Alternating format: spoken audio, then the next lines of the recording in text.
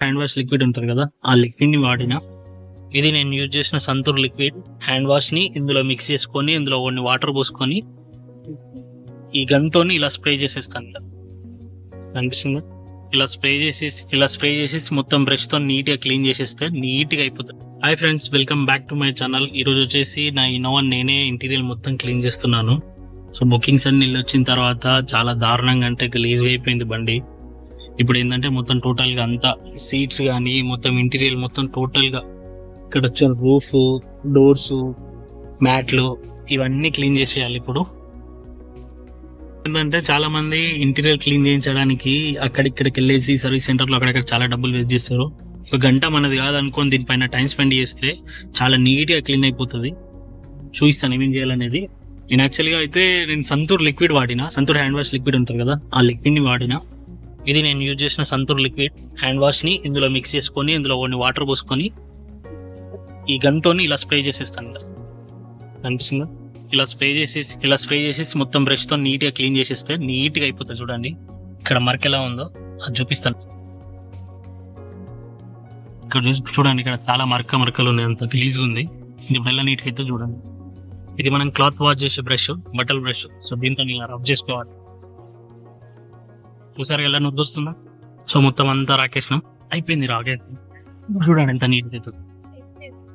ఇక్కడ మరకుండే కదా, పోయింది. ఇది ఇంకోసారి క్లీన్ చేయాలి. ఇంకోటి ఏంటంటే ఈ గ్లాస్ పైన కూడా గలీజ్గా ఉండడం వల్ల ఇక్కడ కనిపిస్తుంది. ఇది ఇంకోసారి రబ్ చేస్తే టోటల్ గా క్లీన్ అవుతుంది. క్లాత్ తో క్లీన్ చేసుకున్న తర్వాత టోటల్ ఈ పైన రూఫ్ కానీ, ఈ సీట్సే కానీ, అక్కడ ముంగడ డాష్ బోర్డ్ కానీ, డోర్సే కానీ ఇవన్నీ సేమ్ అలానే గన్తో స్ప్రే చేసి బ్రష్ తో మొత్తం రాకి దాని తర్వాత క్లాత్ తో తుడిస్తే నీట్ గా అయిపోతాయి. ఇంకో విషయం ఏంటంటే ఎవ్రీ 1 month లేదా 2 months ఒకసారి ఇట్లా క్లీన్ చేస్తాను. ఎందుకంటే వచ్చే కస్టమర్స్ ఉంటారు కదా, సో మన దగ్గర బుక్ చేసుకునే కస్టమర్స్ కి కార్ అనేది గలీజ్ కనిపించింది అనుకోండి, చాలా మంచిగా ఉండదు. వాళ్ళు ఎలా ఫీల్ అవుతారంటే అరే ఇంత మంచి బండి ఇంత గలీజ్ ఎందుకు మెయింటైన్ చేస్తారు అంటారు. సో నెక్స్ట్ టైం బుకింగ్స్ కూడా చెప్పరు. ఎందుకంటే లోపల క్లీన్ లేకపోతే ఎవరికైనా నచ్చదు. డట్టీగా స్మెల్స్ వస్తూ ఉంటాయి కొన్ని కార్స్ లో. సో అలా స్మెల్ రాకుండా చూసుకోవడం మన బాధ్యత. ఎందుకంటే ట్రావెల్స్ ఫీల్డ్ ఇది ఖచ్చితంగా ఉండాల్సిందే కాబట్టి ఇవన్నీ క్లీన్ చేయడం అన్నట్టు. 2 months ఒకసారి మనం కార్ ఇలా నీట్ గా చేసుకుంటే, ముఖ్యంగా ఏంటంటే ట్రావెల్స్ లో తిరుగుతారు కదా, ట్రావెల్స్ లో చేసే బుకింగ్స్ ఉంటాయి కదా, వాళ్ళకైతే చాలా ఇంపార్టెంట్. వెహికల్ బాగాలేదనుకో, తీసుకునే కార్కి ఎవరికైనా కానీ నచ్చలేదు అనుకో, అంత స్మెల్ వచ్చినా కానీ చూడడానికి గలీజ్ ఉన్నా నెక్స్ట్ టైం బుకింగ్స్ చెప్పారు, బుకింగ్స్ ఆగిపోతాయి. సో అలా చాలా ప్రాబ్లమ్స్ వస్తాయి.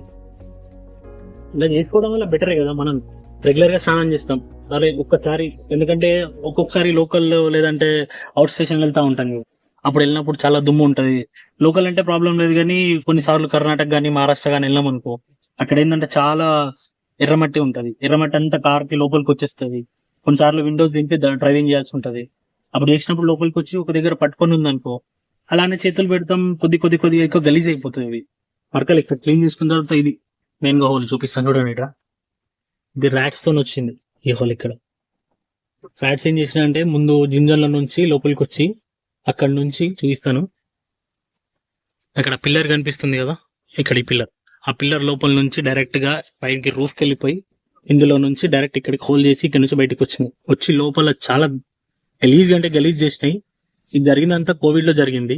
కరోనా టైంలో ఇంటి దగ్గర పెట్టేసరికి మనం దాన్ని సరిగా పట్టించుకోలేము. వాటికి తినడానికి తిండి ఎక్కడ దొరకలేదు, ఎవరు రోడ్ల మీద లేకపోయేసరికి ఇవన్నీ ఇంత దారుణం, ఎంత పెద్ద హోల్ చేసింది. ఏం కాదు, బట్ అలానే మొత్తం చెక్ చేయించాను నేను. మొత్తం రూఫ్ మొత్తం చెక్ చేస్తే ఇందులో ఏం డ్యామేజ్ కాలేదు. వైర్స్ కానీ ఏసీ ఫ్యాన్ ఉంటది, ఇక్కడ ఫ్యాన్ ఉంటది, ఇందులో నుంచి ఇలా వస్తుంది ఫ్యాన్ గాలి. సో దీనికి సంబంధించిన కొన్ని వైరింగ్స్ ఉంటాయి కానీ ఏం డిస్టర్బ్ చేయలేవు. అదృష్టం అదొకటి బాగుంది. చాలా మంది ఇది క్లీన్ చేయించడానికి చాలా డబ్బులు ఖర్చు పెడతారు. ఒక్కొక్కరు దగ్గర అయితే టోటల్ గా కొంచెం వెహికల్ ని బట్టి కూడా తీసుకుంటారు అనుకోండి.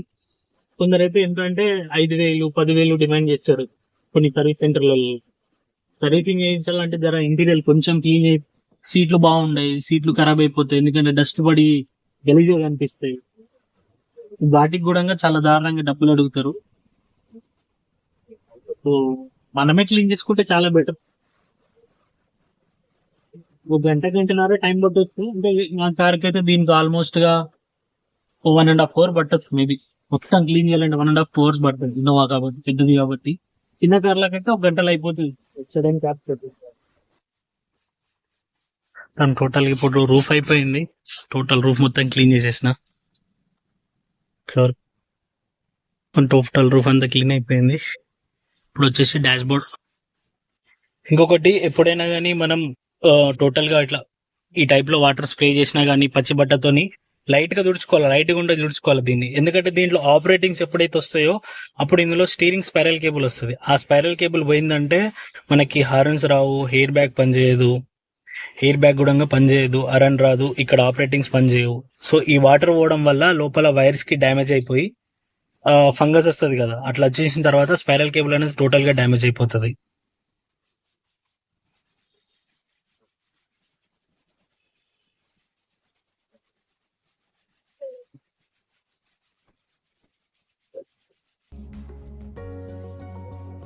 ఇదేంటంటే ఇది తీయను, ఇది మొత్తం టోటల్ గా తీసుకెళ్లి మొత్తం టోటల్ గా వాటర్ తో వాష్ చేసుకొని తీసుకొని వస్తా దీన్ని. బట్ ఇక్కడ మాత్రం చేస్తున్నాను, ఇది మాత్రం చెయ్య.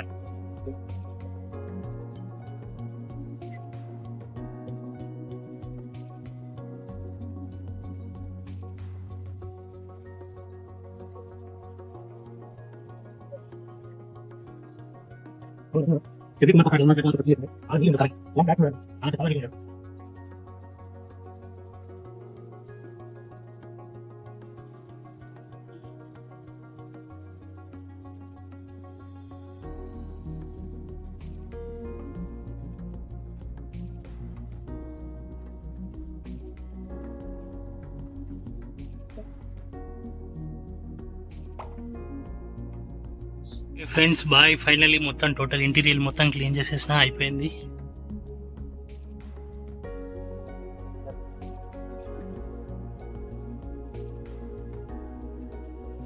ఇక్కడ కూడా చాలా డస్ట్ ఉంటుంది, అంతా క్లీన్ చేసేసిన. ఓన్లీ జస్ట్ వాషింగ్ ఉంది, కార్ వాష్ చేసుకొని కిందంతా క్లీన్ చేసుకుంటే సరిపోతుంది.